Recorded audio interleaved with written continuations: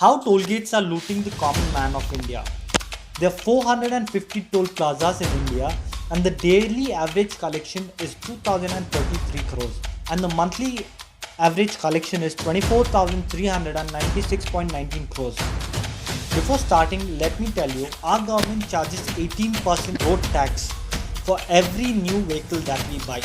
Like if you're buying a car which costs you about 10 lakhs, then the road tax is 1 lakh 80,000. Buying a vehicle which will cost you about 30 lakhs, then the road tax is 5 lakhs 40,000. If you're buying a vehicle worth 50 lakhs, then the road tax is 9 lakhs. This is the reason why the vehicles are expensive in India comparatively to other countries.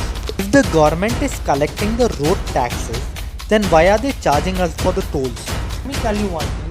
Tolls are collected by a private company, but the roads are made by the national government. Roads, lights, each and everything on the national highway is made by the central government. Every single penny is spent by the national government. And then the national highways are handed to a private company for the maintenance, and the tolls are collected by them. Maximum tolls are controlled by a company called Salsar. Salsar Highway Private Limited, and this is owned by a Reliance company. Let me come back to the tolls. Before, there were two types of passes. One is single entry and the second is multiple entry. Now after the implementation of FASTag, there is no option for multiple entries.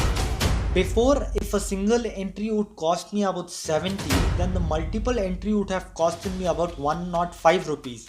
Now the scenario is totally different. I have no multiple entries, so whenever I return back on the same date, I'm again supposed to pay 70. Then it becomes 140 rupees, 35 rupees extra I am paying.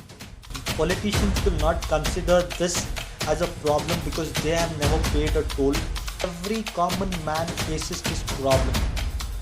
If I have to go to Chennai from Bangalore, I face more than 5 toll booths, and it will cost me about 5 to 600 rupees.